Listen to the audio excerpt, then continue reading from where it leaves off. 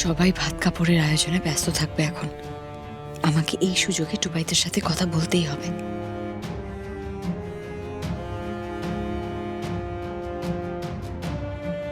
টুবাইদা, এই না না না না দাঁড়ান, দাঁড়ান বলছি,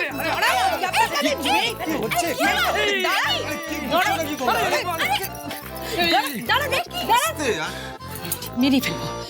এইভাবে দৌড়োদৌড়ি কেন করছো তোমরা? কি হয়েছে? কি হয়েছে? এই ছেলেটা কাল সারা রাত আমার ঘরে ছিল। How dare! আরে উনি তো কালকে আমাকে বললেন যে ওনার সাথে শুতে। কি? আমি আবার আমার উপর দৌড় দিচ্ছে। এই মজা দেখাচ্ছে। কি আশ্চর্য, কালকে উনি আমাকে বললেন যে রাত্রিবেলা ওনার একা একা থাকতে ভয় করে, বাজ পড়লেও ভয় করে। তারপর যখন মেঘ পড়লো, মানে বাজ পড়লো, তখন উনি আমাকে বললেন উনি ভয় পাচ্ছেন। আর তখনই আমি ওনাকে এই চুপ চুপ। আরে একটা বাজে কথা বললে না আমি খালি মেরে ফেলবো। হ্যাঁ, আমার নামে দোষ দেওয়া হচ্ছে। আমার আমার আমার সত্যিই মনে পড়ছে না যে আমি আমি কি কি করে ওই ঘরে গেলাম আর আমার আমার আমার কি হয়েছিল। উফ, নিশ্চয়ই নিশ্চয়ই আমাকে কেউ একটা কি এই ছেলেটাই আমাকে কিছু একটা খাইয়ে দিয়েছিল। কি খাইছে? আমি বলছি আমাকে আমাকে কোলে কোলে তুলে আমাকে টাচ করে। রিল্যাক্স। এই প্রিয়াঙ্কা, শান্ত হও, এদিকে এসো তো। শোনো, এরকম করছো কেন? তুমি নেশায় ছিল তো, তোমার খেয়াল রেখেছে, তোমাকে ভালোবাসে বলে। তোমার তো হ্যাপি হওয়া উচিত, রেগে যাচ্ছ কেন? আর প্রিয়াঙ্কা, যে তোমাকে সত্যি এতটা ভালোবাসে সেই তোমার প্রতি এতটা কেয়ার করতে পারে। ইউ শুড বি লাকি তোমার জীবনে এরকম একজন মানুষ আছে যে তোমাকে সত্যি ভালোবাসে। উনি যখন কালকে গার্ডেনে আমাকে নেশার করে জড়িয়ে ধরলেন তখন কিছু হলো না, আর আমি যখন কোলে তুললাম তখনই দোষ হয়ে গেল। তখনই উনি আমাকে মারতে এলেন। আর তাছাড়া আমি আমার বউকে জড়িয়ে ধরবো না, কোলে তুলবো না তো কে তুলবে? আর তাছাড়া এমনিও তো কালকে আমাদের ফুলসজ্জা ছিল। আমি তোর কষ্ট বুঝতে পারি ভাই। আসলে এই বাড়িতে বউকে ভালোবাসার অধিকার কারোরই নেই। সব ভালোবাসা ভাত কাপড় অনুষ্ঠানের পরে হবে। উদয়, প্রিয়াঙ্কা, চলো, তোমাদের ভাত কাপড়ের অনুষ্ঠান শুরু হবে। চল, এসো, চল। আর এই যে ঋষি পিহু, তোমরা এরকম লুকিয়ে চুরিয়ে দেখা করার চেষ্টা করো না। মা দেখলে কিন্তু খুব রাগ করবে। মা তোমাদের বিয়ের তিথি দেখছে, তাই বিয়ের আগে এক মুহূর্ত কিন্তু একসাথে থাকা যাবে না। কি হলো, দাঁড়িয়ে কেন? চলো। হ্যাঁ হ্যাঁ, যাই কাকিমা।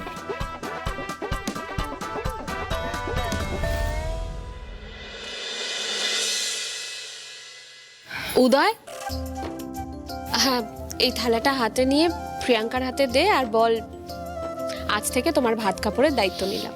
দায়িত্ব মাই ফুট। এই ছেলেটা নেবে আমার দায়িত্ব। ওর নিজের না আছে কোনো ফ্যাশন সেন্স, না আছে কোনো স্টাইল, না আছে কিচ্ছু। তোমাকে আমার কোনো দায়িত্ব নিতে হবে না, জাস্ট নিতে হবে না। এ কি প্রিয়াঙ্কা, এটা বললে কি করে চলবে? উদয় তোমার হাজবেন্ড, তোমার সবকিছুর দায়িত্ব তোমার হাজবেন্ড নেবে না তো কে নেবে? তোমার হাজবেন্ড তোমার ভাত কাপড়ের দায়িত্ব নেবে, এটাই তো নিয়ম। আমি কোনো নিয়ম মানি না।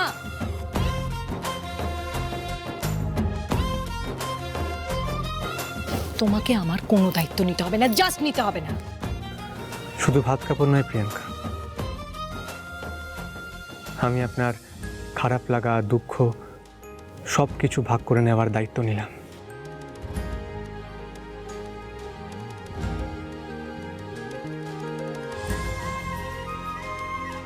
আপনার বাবা মার অভাব হয়তো আমি পূরণ করতে পারবো না, কিন্তু ওদের অভাবটা আমি কোনোদিনও আপনাকে অনুভব করতে দেব না, এইটুকু কথা দিলাম।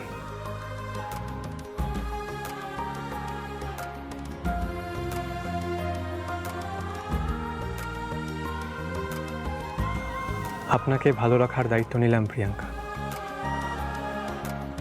ঠিক যেমনটা আপনার বাবা মা আপনাকে রাখতে চাইতেন সেরকম।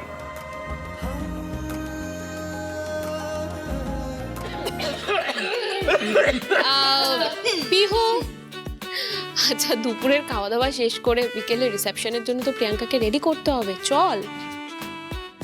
দা ভাই তাহলে তুইও চল, বিকেলের অনুষ্ঠানের অ্যারেঞ্জমেন্টগুলো দেখবি। ঋত্বিক, তুই যদি আবার আমাকে খুঁচিয়ে কথা বলেছিস, আবার যদি আমার কাটা ঘায়ে নুন ছিটে দিয়েছিস, তাহলে আমি কিন্তু তোর এই কানটা ধরে একেবারে ছিঁড়ে ফেলবো, বুঝলি?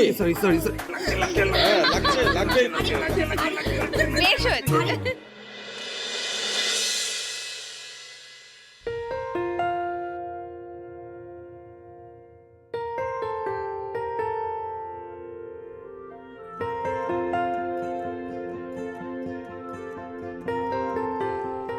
প্রিয়াঙ্কা, আমি জানি এই বিয়েটা তোমার অমতে হয়েছে, কিন্তু একটা কথা বলি, জানো তো ভগবান যা করেন মঙ্গলের জন্যই করেন।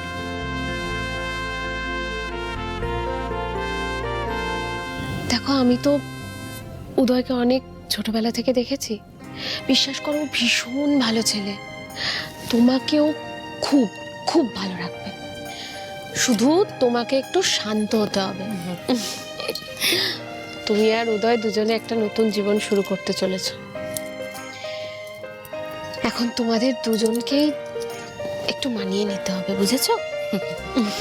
সত্যি প্রিয়াঙ্কা, তুমি দেখলে না তোমাদের ভাত কাপড়ের অনুষ্ঠানে উদয় তোমাকে ভালোবেসে কি ভালো ভালো কথা বললো বলো তো। প্লাস তোমার সুখ দুঃখ আনন্দ সব ভাগ করে নেবে উদয়। ওফো, তোমাকে ভালো রাখবে প্রিয়াঙ্কা।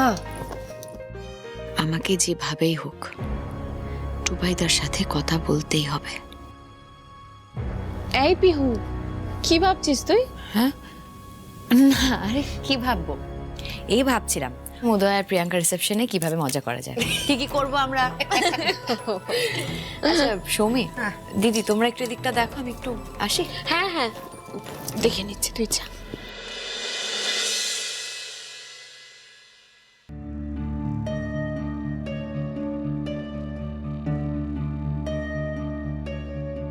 আমার মা বাবাকে ওইভাবে নৃশংসভাবে খুন কে করেছিল আমাকে জানতে হবে, ওই রাক্ষসটাকে খুঁজে বের করতে হবে। আর যতদিন না ওই রাক্ষসটা উচিত শাস্তি পাচ্ছে, কঠিন কঠিন শাস্তি পাচ্ছে, আমরা সবাইকে সত্যিটা বলতে পারবো না টুবাইদা।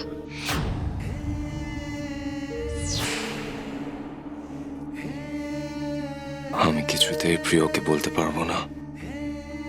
ওর বাবা মায়ের খনি আর কেউ নয়, আমার বাবা, ব্রিজেশ আঙ্কেলের প্রিয় বন্ধু অপ্রতিম সেন শর্মা। টুবাইদা,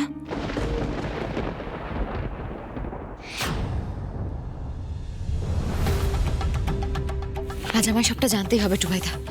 প্লিজ তুমি আমার থেকে কিছু লুকিয়ে রেখো না, আমার প্রশ্নগুলোর উত্তর দাও টুবাইদা প্লিজ।